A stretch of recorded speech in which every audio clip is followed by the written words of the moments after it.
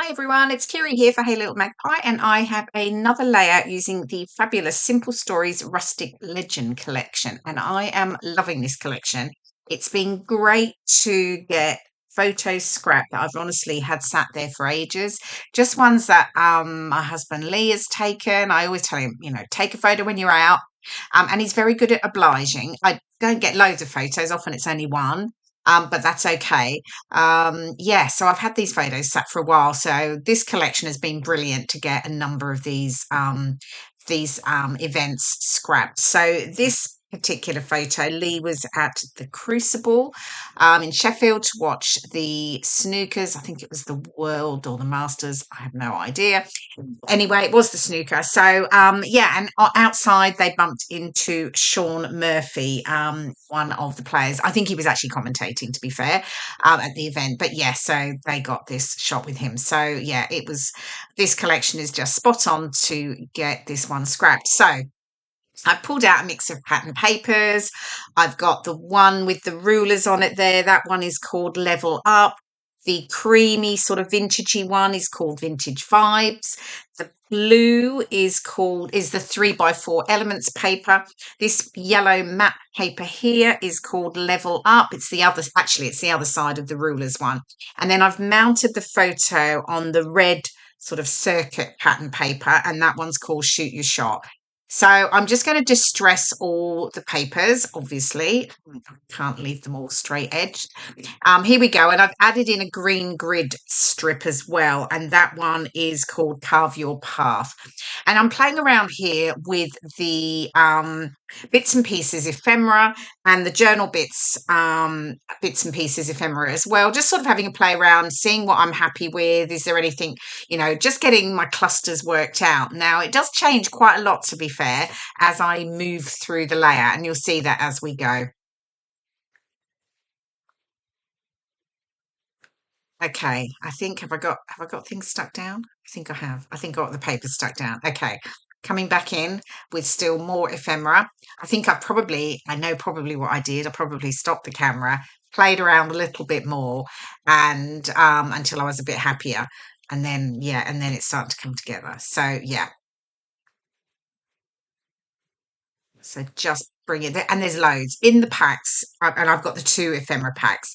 There are loads of bits and pieces. Honestly, I've used more papers, and I'm going to definitely go back and buy some more papers just to keep in my stash, because there are not loads of male collections that come out. And when they do, and you really like it, I figure out it's this sort of one that will be great. The colours are fabulous, and it's worked really well, as I said, with quite a few different types of photos. So it's the sort of one I will keep in my stash for later.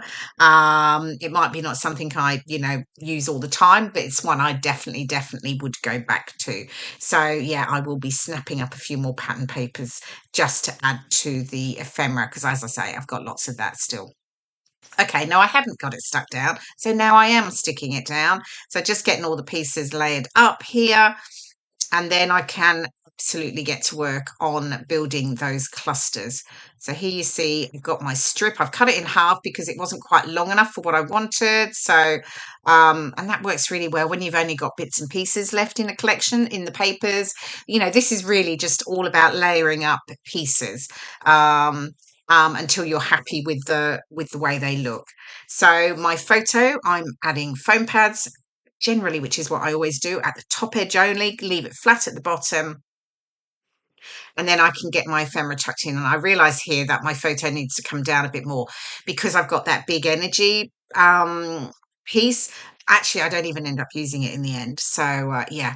And then this one down the side here that says Win Street, which I thought worked really well. They'd obviously been to the snooker, so it tied into that. And then that big energy. It does get. I'm sort of desperate. I'm sure I'm desperate to actually use it, but as I say, it really doesn't make the end layout. And then just adding pieces now. So this is starting to build up the clusters. I raised some pieces on foam pads, and then others I just stick in the center and just sort of curve up the edges. I'm adding the number 5 because there's obviously 5 in the photo, so I figure, yep, why not get that on? And I'm just going to raise this up on foam pads and layer that over the shirt. And that's what I love doing, is really just building up the clusters with all the different bits and pieces, tucking in things here and there. Sometimes there are elements that you think I'm never going to use it, but actually sometimes they work really well just as a little tucked in layering piece. You might not see a lot of it, but it can work really well. Okay, so I've moved on a little bit and I've decided I've got the rub-on set. Unfortunately, I think they're sold out in the shop right now. But I really liked some of the rub-ons here. So and this creates just for me another layer. You've almost got your white cardstock, then you've got the rub-ons, and then you've got your layers of pattern paper. So you really get that really lovely dimension. So I've just added that down there on the left. And then I'm starting to build up my cluster to the left of the photo, which is really where the title is going to go. So the ampersand, again, raised up on foam pads. I've got the stars here, figuring out where they're all going to go.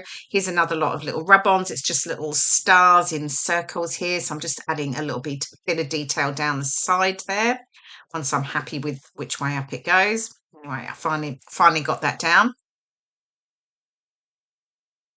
And then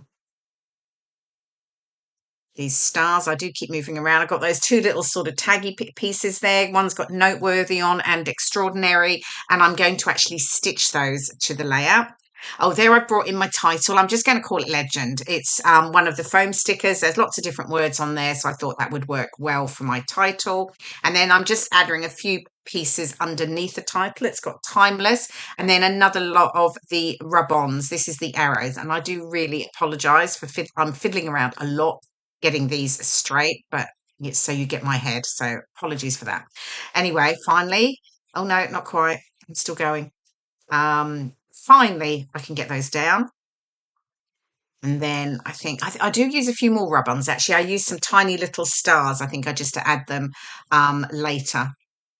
Okay, so that's coming together now. Oh, still got a few more of the ephemera stars here that I'm going to add in.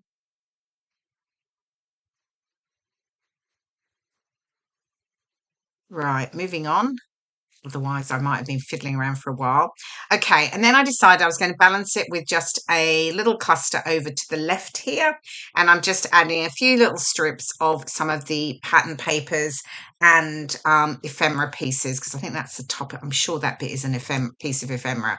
And that definitely is. And I'm going to add that green star as well. So I'm happy with how that's looking. Here we go, getting these two stitched on. So I'm just going to stitch them with just stitches through the holes of each of them. And that, again, that adds another texture by adding some stitching. I know not everyone loves stitching, but you don't have to do loads. I mean, this really is quite quick because, I mean, obviously I'm just, stitching on the tags. I do add a few cross stitches just at the bottom on the green grid strip, and I do add a little bit of cross stitching to the top left cluster as well, but they're really just only 3 cross stitches, so not a lot. Bringing in the decorative brads here, and I love these, so I'm just adding a few of those into each of my clusters once I decide where they're going to go.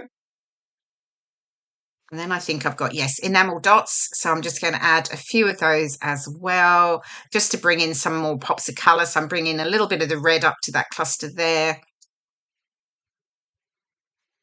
And a few here just to balance the 2 decorative brads that I had, and then some more at the top.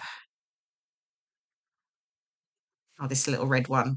Play around with it for a little while, but finally get it down there. Yay.